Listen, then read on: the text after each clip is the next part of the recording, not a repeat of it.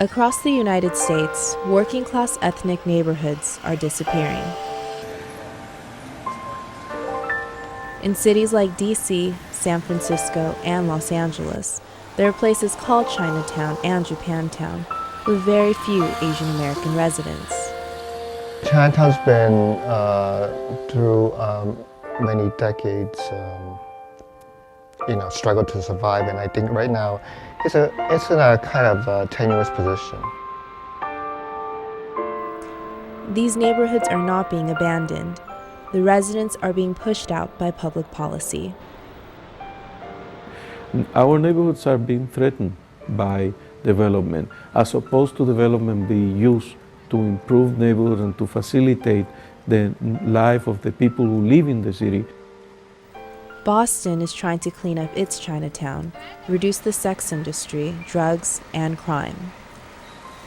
But in the process, a century-old community is in danger of being swept away. Residents ask, where is their place within the new Chinatown? This is a story of a neighborhood overshadowed.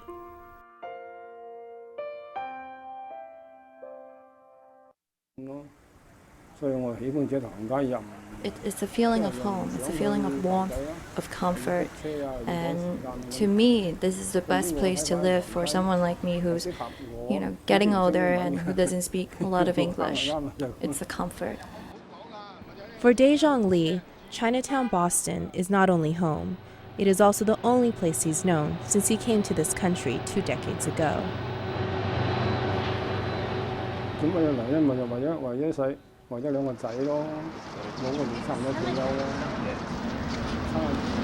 I was already 49 when I came here. In China, when you're 50, you could retire. But for the sake of my 2 sons, I came to the United States.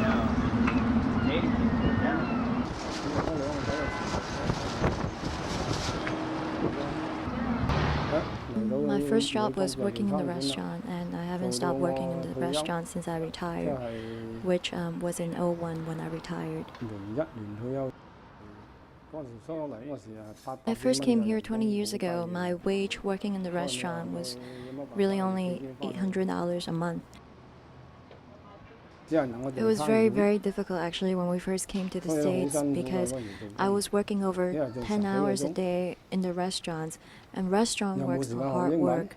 And because I was working so much, I didn't really have time to learn English. And because of this language barrier, I was forced to work in this environment for a very long time.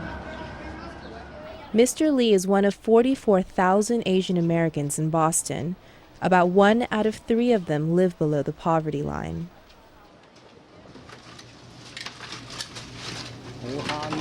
You have to be very, very frugal and creative and really watch your wallet and your spending. And that's how we live. We try to be very, very simple people.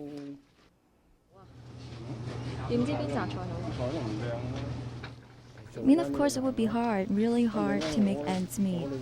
If you want to eat better food or if you want to buy nicer clothes, this is out of the question. But because we don't compare ourselves to other people, we try to be very content in our own setting and where we are.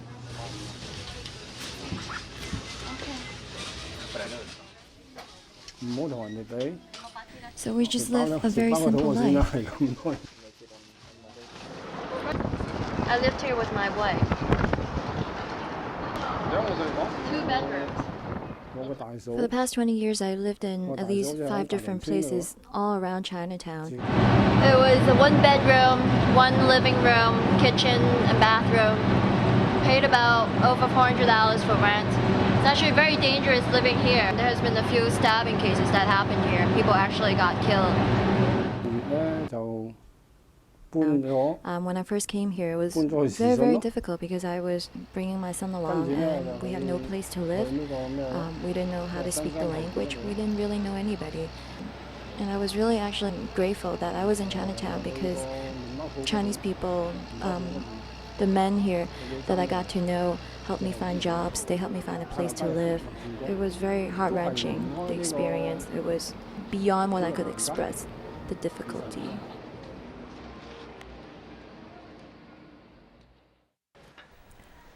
Chinatowns across North America are places where new immigrants can learn English and adjust to their new lives. Asian Americans settled in Boston's theater district in the mid-19th century. They worked in local factories and started laundries and restaurants. In the 1970s, Boston closed the sex industry in the waterfront district to build a federal and local government center. The city moved the red light district, known as the Combat Zone, to Chinatown. Adult bookstores, strip clubs, and drug dealers were pushed on the neighborhood. Chinatown is 42 acres in the center of Boston, but the edges of this neighborhood have been whittled away by new buildings. I think that the future of Chinatown looks very grim because already, Tufts the institution is expanding, and now other institutions are expanding in the area, Emerson. And that's what the BRA wants. They want the institutions to help crowd out all these scruffy old neighborhoods. And I think that should about do it. So I think we'll have 4 Chinese restaurants left. The BRA, the Boston Redevelopment Authority, can purchase land and grant tax incentives to businesses that redevelop the city. The BRA refused an interview to explain its role in redeveloping Chinatown. But it is obvious that it wouldn't take much to woo developers to the neighborhood. It's centrally located. There's, within walking distance, there's probably every subway line there is, plus the theater district is close by, downtown financial district, downtown shopping. It's just a very well located place. One of the older buildings that is being replaced is the Gaiety Theater. Developers plan to build a 30-story luxury tower with apartments, stores, restaurants, and offices. On 3 blocks of Washington Street, 2 luxury buildings have already been built. One is under construction, and there are plans for 2 more. One of the projects is Emerson College's Paramount Theater. We've been looking for some time for additional rehearsal space and dormitory space, and the City of Boston, through the Boston Redevelopment Authority, has been interested in getting the theater district up and running and restoring some of these theaters. So sure, they don't look like, the Gap or Banana Republic type buildings, but, I felt, in some ways like they have, more character than buildings like those. So you can argue that, these developers are, improving the facade or whatever, but on the other hand, to me it looks like any other city.